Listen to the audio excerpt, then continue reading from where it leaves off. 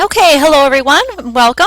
This is the second part to the 4.05 video, and let's continue on with our reading. And I'm going to start with these excerpts that we skipped over in the past video. The post-war art scene, abstract expressionism.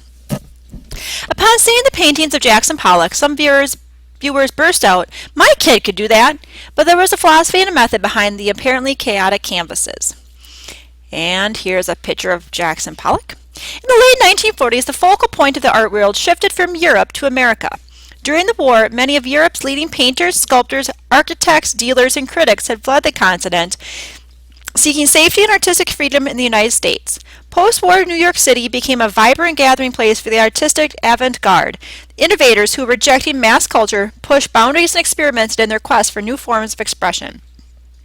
In this vibrant atmosphere, many American painters abandoned the social realist style that had dominated American painting since the Depression, especially in works funded by the Federal Art Project. Inspired by the experimental styles of Europe, they pioneered a new school of painting known as abstract expressionism. One of the leading proponents of abstract expressionism was Jackson Pollock. From 1938 to 42, Pollock worked for the WPA's Federal Art Project. From 1938 to In the 40s, he developed new and unconventional techniques and produced paintings filled with interlacing lines, drips, and splashes of color. Pollock drew inspiration from both the European avant-garde and from the improvisational spirit of American jazz music. Working on a huge canvas laid on the floor, Pollock responded to the image as it developed, often improvising as he worked. With broad gestures and the motion of his whole body, he used brushes and sticks to drip, pour, and flick paint onto the canvas. And let's read this excerpt a little more. Pollock's Autumn Rhythm, a massive canvas stretching more than 17 feet long and nearly 9 feet high, is a purely non-representational work of art. The painting does not represent anything in the real world. For abstract expressionists, the act of painting became more important than the end result. As one approving critic put it, the artist's canvas was not a picture, but an event. What gives the canvas meaning is the way the artist organizes his emotional, intellectual energy. Abstract expressionism was in part a response to the pressures of the times. In a radio interview in 1950, when asked about the good deal of controversy generated by his paintings, Jackson Pollock explained, New needs need new techniques. It seemed to me that the modern painter cannot express this age, the airplane, the atom bomb, the radio, and the old forms of the Renaissance or any other past culture. Each age finds its own technique. And here is the Autumn Rhythm painting that he did.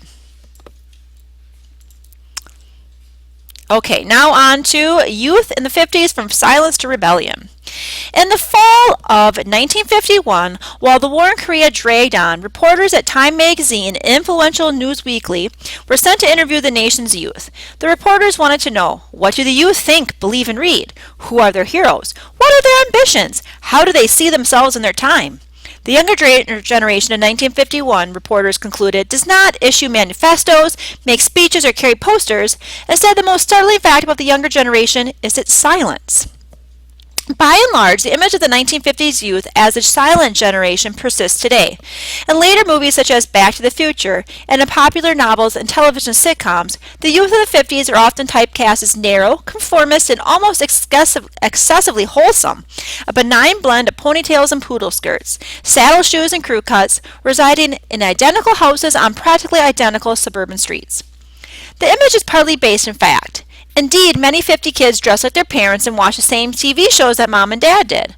On most college campuses, demonstrations were nearly unheard of, aside from the occasional prank of seeing how many undergraduates could be crammed into a telephone booth.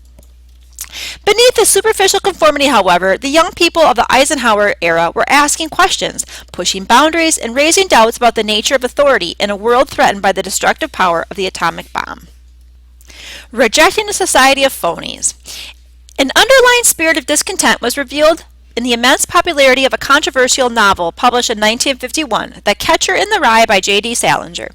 The story is told in the distinctive voice of the book's narrator, 16-year-old Holden Caulfield, who has just learned that he is to be expelled from his prep school after already failing out of 3 others. In Holden's eyes, a school for that matter, and for that matter, society in general, is full of phonies. Because Holden curses frequently, and because the book dared to deal with the topic of adolescent adolescent sexuality, and enraged more than a few parents and librarians. But the novel's real subversive potential lay in the character of Holden himself, a young man who rejects society's pressures to conform to its constricting standards of normalcy and success. And rebels on screen. And here is a picture of Marlon Brando led a rebellious motorcycle gang in The Wild One, a movie released in 1953. The growing undercurrent of youthful unease and rebellion soon made its way into Hollywood movies. In 1953, Columbia Pictures released The Wild One, a movie based on a real-life incident when a group of rowdy motorcyclists took over the town of Hollister, California after one 4th of July weekend. The film, a low-budget melodrama depicting outraged local citizens against cyclists in black leather jackets, introduced a brooding and threatening screen presence, the young Marlon Brando, as the leader of an outlaw motorcycle gang. When asked what he is rebelling against, a sneering Brando, in part giving voice to suppressed frustration of many in the silent generation, replies, "What do you got?" 2 years later, movie makers captured the growing generational divide in A Rebel Without a Cause.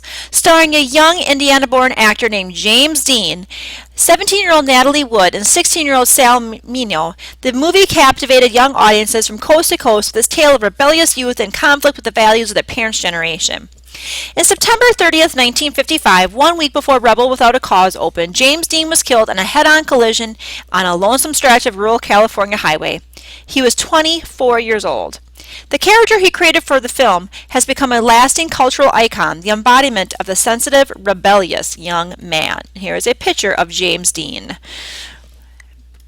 in his character for the movie. Now from here we need to skip a few pages on to 796 because we don't want to go into JFK's New Frontier quite yet. Okay, so what we're on to now is the historical close-up, the birth of rock and roll. It was with music that the youth of the 50s made their biggest and most lasting impact. Not only did they create a new style of popular music, but through it they also helped break through some of the racial barriers that still separated American society. Mixing elements of rhythm and blues, country music, pop, and gospel, the new music was anything but bland and conformist. They called it rock and roll. Roots of rock and roll. In truth, rock music had been coming for a long time. Despite the racial segregation that plagued American society as a whole, black and white musicians in the United States had been borrowing from each other and sometimes performing together for years. As early as 1930, jazz great Louis Armstrong recorded with the country music legend Jimmie Rodgers. By the 40s, white western swing bands in Oklahoma, Texas, and California were freely integrating African American sounds from jazz and blues into the live performances and recordings. More musical integration would come with the arrival of doo-wop, a style of vocal harmonizing with roots in gospel and street corner singing traditions of urban black America. Their first true doo-wop hit, Is Too Soon to Know, was penned by a white Jewish schoolgirl named Deborah Chesler for an all-black Baltimore singing group called the Orioles. There's a lot of mixture. A white Jewish schoolgirl penning for an all-black singing group. That's definitely a mixture. By 1954, 2 different vocal groups, the Chords, who were African Americans, and the all-white Crew Cuts, both recorded the same song, Shaboom, and both versions became hits. Enter Elvis. The biggest musical breakthrough at the time took place in the Mississippi River border city of Memphis, Tennessee. Memphis had long become a commercial junction and in the 50s became a musical crossroads as well. Sam Phillips was the owner, producer, and chief engineer of Sun Records, a tiny regional record label that he ran out of a shoebox-sized studio called the Memphis Recording Service. At the beginning of the 1950s, Phillips had made the premier recordings of B.B. King and Howlin' Wolf, who would become blues legends. He had recorded a handful of white country bands as well. Phillips felt hemmed in by what he felt was an artificial separation between black and white musical styles. He wanted to combine these styles into a new kind of music. His chance came along in a visit from a shy 19-year-old local truck driver named Elvis Presley. Born in Toluca, Mississippi, Presley spent his teenage years in a Memphis housing project. He grew up listening to the mix of black and white music on Memphis radio stations. Wanting to hear what a recording of his own singing would sound like, he got up the nerve and the $3.98 and came to the Memphis Recording Service, where he recorded 2 songs. Presley's voice caught the ear of the studio secretary, who then informed her boss. Some 3 months later, Sam Phillips invited Elvis Presley to come to his studio for a trial recording session. The session, which took place on July 5, 1954, started badly. Elvis was nervous. His first attempts to record both a country song and a pop ballad did nothing to impress the studio musicians hired to accompany him. As the hours dragged on, with one botched take after another, the level of tension rose in the tiny studio.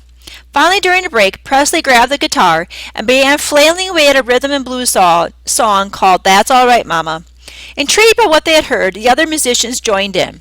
From the control room, Sam Phillips asked what they were doing, to which came the reply, "We don't know!" Phillips responded, "Well, back up, try to find a place to start and do it again!" So began a musical revolution.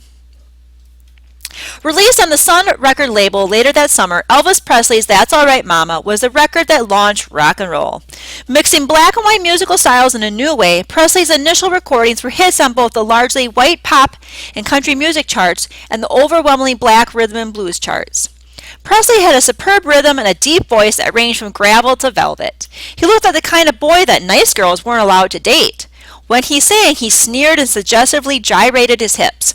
In 1956, when Elvis appeared as a guest on the Ed Sullivan popular TV variety show, the cameraman carefully shot his performance mostly from the waist up. Rock and roll stew. And here's a picture of Elvis there dancing and gyrating his hips. The rock and roll stew. In the decades since Elvis Presley's first big hit, some historians have argued that in creating rock and roll, white musicians simply appropriated African musical styles. Presley's 1956 hit Hound Dog has been cited as one such case of exploitation, as Presley's vocal styling on the song was clearly influenced by an early recording of the song made by the black blues singer Big Mama Thornton. The truth is more complex. Presley had first heard Hound Dog sung by an Italian-American doo-wop group called Freddie Bell and the Bellboys, whom he saw perform at the Las Vegas Hotel. Moreover, the song itself did not originate with Big Mama Thornton, or even strictly speaking, come out of the blues. Rather, Hound Dog had been written by two white songwriters, Jerry Leiber and Mike Stoller, working in New York City. The sound, like much of rock and roll, was neither black nor white, but a multi-ethnic musical stew. Rock and roll is here to stay. Within 3 years of Elvis's debut, the nation's airwaves were filled with a whole new cast of youthful musical stars, including Bill Haley and his Comets, Buddy Holly, Jerry Lee Lewis, and the Everly Brothers. Black crossover singers such as Chuck Berry, Little Richard, and Chubby Checker vaulted into stardom as well. Many white parents were scandalized at hearing race music in their homes. That only made it more enticing to the kids. And they didn't need the radio in the living room. They could listen on their own miniature transistor radios, or turn on the car radio and let it blast away, or play records on portable phonographs. A so-called silent generation had found its sound. The rock and roll era had begun. The music became so popular that in 1958 the group Danny and the Juniors had a hit song which they confidently predicted, "Rock and roll is here to stay, it will never die. It was meant to be that way, though I don't know why. I don't care what people say, rock and roll is here to stay. We don't care what people say, rock and roll is here to stay." All right, back to the lesson now. And don't forget to check your reading guide. Did you check your answers with the lesson answer key? Make sure you get that taken care of. And let's continue on with the rest of the lesson. To begin today, when you have finished today's reading assignment, you'll explore the PBS Tupperware website and meet Generation T in preparation for the magazine project. You should also spend some time exploring the internet for other 50s websites for famous people, music, and inventions. So let's take a quick look at the Tupperware website. The 1950s promised an easier existence for Americans who endured the Depression and World War II. People began to think about achieving more than just getting by. Owning a home and car became standard aspirations. Advertisements and TV programs showcased a lifestyle filled with new appliances fueled by increased mobility and a better quality of life. That promise was out of reach for most working class families. Some solved the problem by embarking on a new kind of entrepreneurial venture, home party selling like Tupperware. Visit the 1950s and meet some of the members of Generation T, standing for Tupperware. And you can read through some of this on your own. Just, scan through it a little bit. The social networks of that time with the suburban communities and party selling.